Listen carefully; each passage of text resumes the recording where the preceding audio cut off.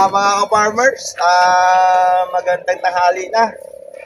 May ginagawa pala kaming bakod, yung bakod dun sa ginagawa kong nabenta namin yung bahay kubo ko. Ngayon, yung aming bahay, ang aming ginagawang bakod ngayon doon, sige, concrete yung ilalim, tapos ito yung pag-ibabaw. Kaya ito na kaya binababa na namin. Okay, okay.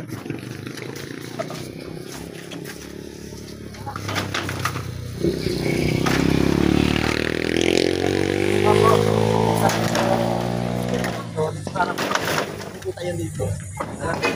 Oo, matama. Ano ba tawag dito yun? Ay, sa kabila po. Ayun lang.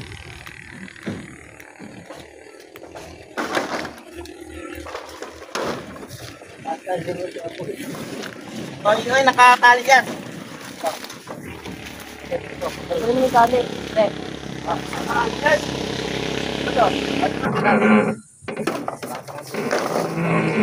Okay na yan. John, go! John! Go! Ano mo, baragan yan?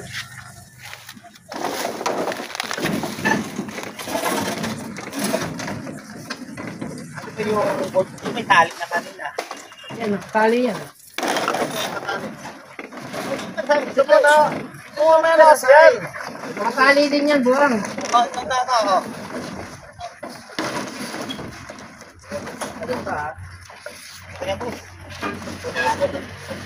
Mga ka-farmers, ito, nalagyan na namin na pagitan ng parangan. Wait lang, ulit lang. I-cancel ko to.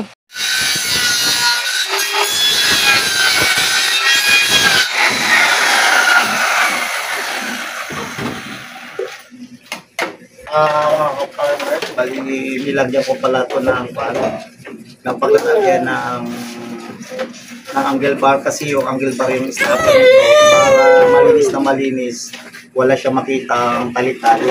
Kaya ngayon ito na yun, sinasaka na pambahin ito. Yan.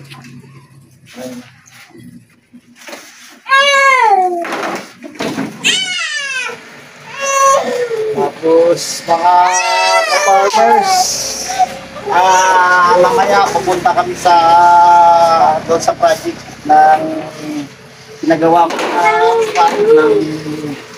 bakod doon sa may pinagilibiran ko ng bahay ko po. Samahan nyo ako kung paano ko itabi ito sa angle bar. Mga ka-farmers, magandang hapon. Bali, itong bahay kubo, ito yung bahay kubo na i-deliver namin, di ba? Nag-additional kami 10 feet. Tapos pinagawa na rin sa amin ni Sir Jeep yung Puso Negro. Pagkatapos sa Puso Negro, pinagawa na rin sa akin yung bakod. Yung bakod na to, medyo na yan,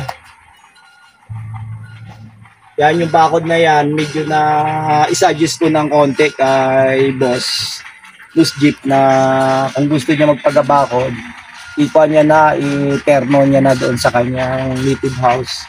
Kaya ngayon, naka-half-log siya. Ito, pinis na siya. Ang gagawin namin dito, lalagyan namin siya ng angle bar, pa-kwadrado, tapos lalagyan namin siya ng buho para maging native siya.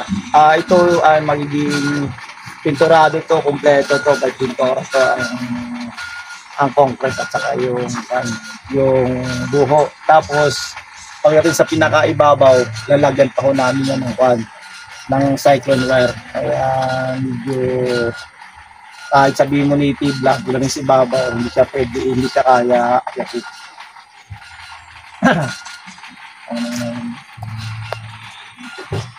Mga farmers, yung akin pala gagawin na concrete post with buho na bakod. Dito, bali piniso dito yung concrete, tapos yung lock namin ng buho, ang bar.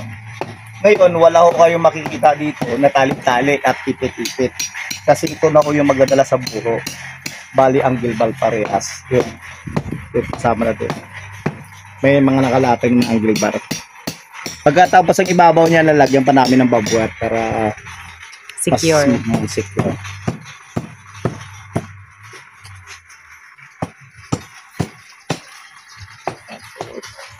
Tapos,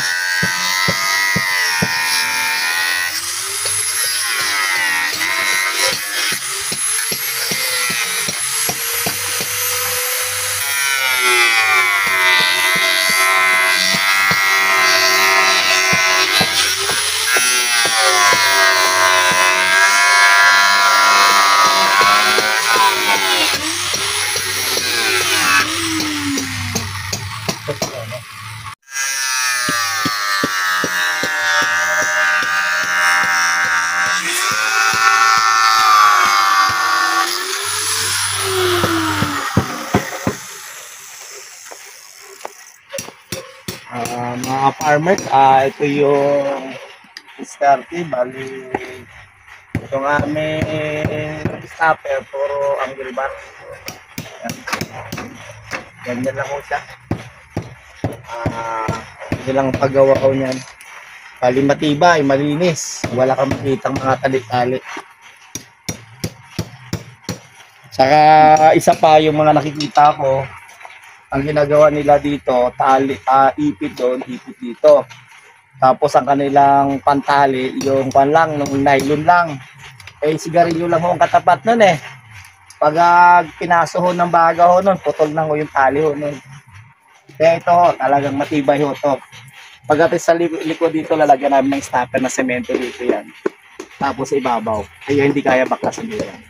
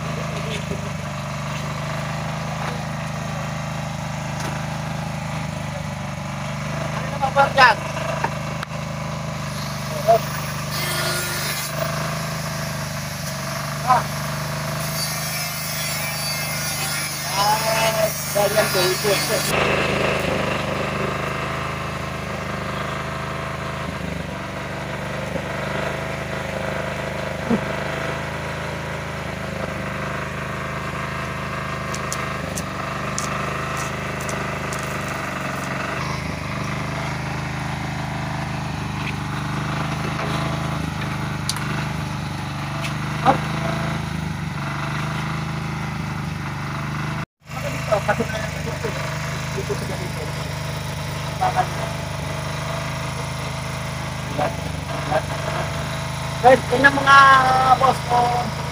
Tama na yun. Ito na pre,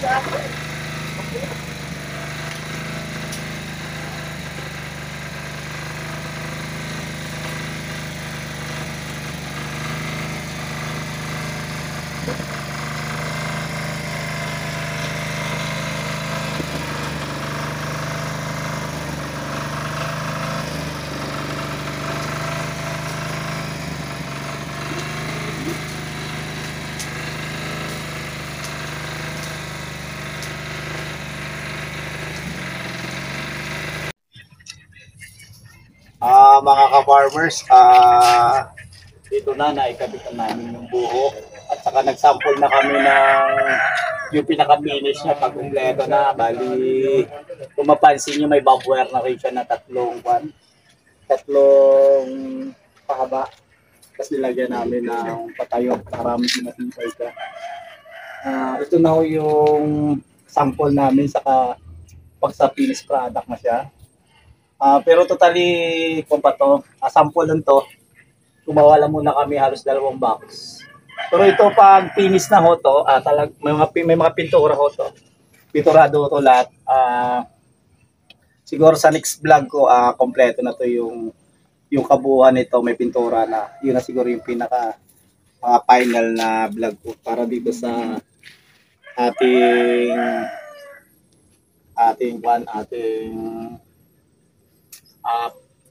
bakod na concrete with buho. Mga ka-farmers, magandang hapon. Salamat pala sa panonood. Like naman, share at subscribe. Magandang hapon mga ka-farmers.